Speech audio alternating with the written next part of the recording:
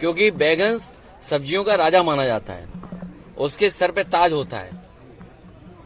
और वो इसलिए उदाहरण दिया था कि सरकार ये कह रही है कि सब कुछ ठीक है, तो सरकार के लोगों से पूछोगे तो वही बात बोलेंगे, वही बात बोलेंगे। हमें उम्मीद है कि हम लोगों के आने के बाद, अभी चुनाव में वक्त है, यहाँ के सरकार अधिकारियों को भेजे और सरकारी योजनाएं जितनी भी हैं उन सरकारी योजनाओं को यहाँ पूरी तरीके से लागू किया जाए। सर, उत्तराखंड में कांग्रेस क्या हुआ कि यहाँ पे ट्वीट करना पड़ा एक दूसरे को? नहीं, हम लोगों ने कोई ट्वीट नहीं किया। कांग्रेस का कहना है कि आपका कोई आधार नहीं है, आपको कुछ समर्थन करना चाहिए था। देखिए, मुझे नहीं पता किस स्तर से ये बात आ रही है। ये बात आपको नहीं कहनी चाहिए, क्योंकि जब उत्तर प्रदेश का चुनाव था तो हम लोगों ने पत्र लिख करके सभी दलों से सहयोग मांगा था और उसमें सभी दलों ने सहयोग दिया। उसका परिणाम यह हुआ कि 50,000 के वोट के लगभग से समाजवादी पार्टी का प्रत्याशी वहां जीता। उत्तराखंड में समाजवादियों से किसी ने भी समर्थन नहीं मांगा, किसी ने फोन तक नहीं किया।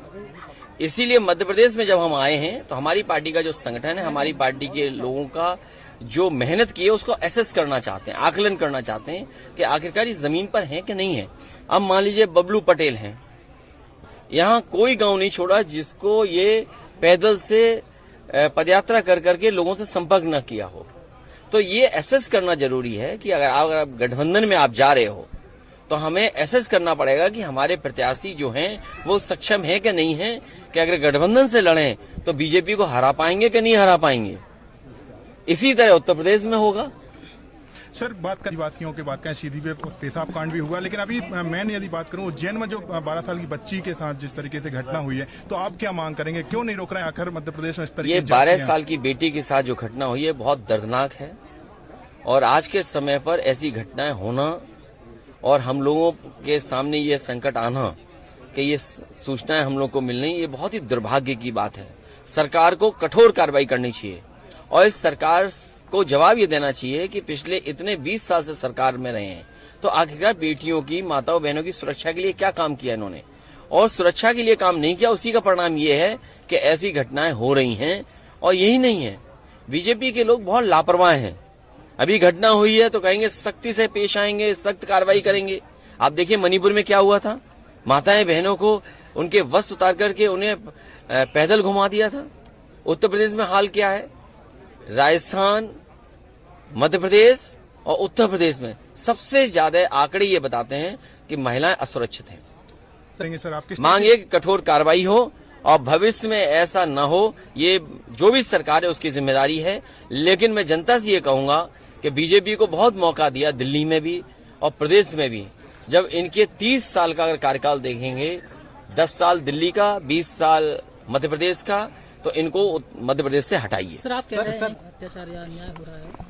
बीजेपी के लोग मंच से कई बार ये कहते हैं कि जब भी किसी बेटी या महिला के साथ कुछ ऐसा होता है तो हम न सिर्फ कड़ी कार्रवाई करते हैं बल्कि उनके घरों पर बुलडोजर भी चलता है। तो इनको बुलडोजर खूब चला है। नहीं, बुलडोजर चलाना चाहिए, यहाँ चलाते क्यों नहीं है जिस दोषी ने किया है। लेकिन बुलडोजर की भाषा, बुलडोजर बिहार, बुलडोजर ये कानून में नहीं आता है, ये तानाशाही का प्रतीक है। आपके पास कानून है, फोर्स है, पुलिस है, वो क्या कर रही है? आपकी इंटेलिजेंस क्या कर रही है?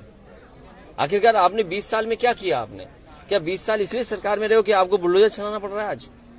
ठीक। जो भी सांसद है रमेश बुदड़ी, इन्होंने जो दानिश अली, इनको गालियां दी थी। उसके बाद 15 दिन का नोटिस दिया भाजपा ने और फिर उन्हें एक बड़ी जिम्मेदारी दे दी गई है। भाजपा के लोगों की यही तरीका है।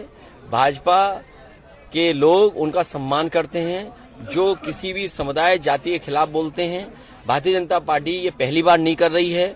इससे पहले भी अगर किसी को अपमानित किया होगा भारतीय जनता पार्टी के नेता ने, तो भारतीय जनता पार्टी के नेता ने उसका सम्मान किया है। और भारतीय जनता पार्टी का ये इकलौता सांसद नहीं जिसकी भाषा ऐसी है। अगर पुराना आप देखोगे, बहुत ही बड़ी संख्या में आपको मिलेंगे जो भारतीय जनता पार्टी के नेता है, इस तरह की भाषा का इस्तेमाल करते हैं। ऐसे लोगों के खिलाफ कड़ी कार्रवाई हो और पूरी उम्र भर चुनाव न लड़ सकें, ऐसी व्यवस्था हो। सर, मध्य प्रदेश कितनी सीटों पर लड़ेगी और कितनी सीटें आने वाली, उम्मीद क्या जताई जा रही है? पिछली बार एक ही मिली थी आपको। एक ही मिली थी, कई जगह दूसरे नंबर पे थे।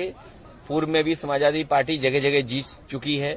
हमारी पार्टी में रहे लोग, चुनाव लड़े लोग, दूसरे दलों में विधायक हैं, ऊंचे पदों पे बैठे हैं। समाजवादी पार्टी का संगठन है, जहां समाजवादी पार्टी जीतेगी जहां समाजवादी पार्टी बीजेपी का मुकाबला कर रही है, वो जरूर समाजवादी पार्टी चुनाव लड़ेगी और वही गठबंधन में सीट मांगी जाएगी।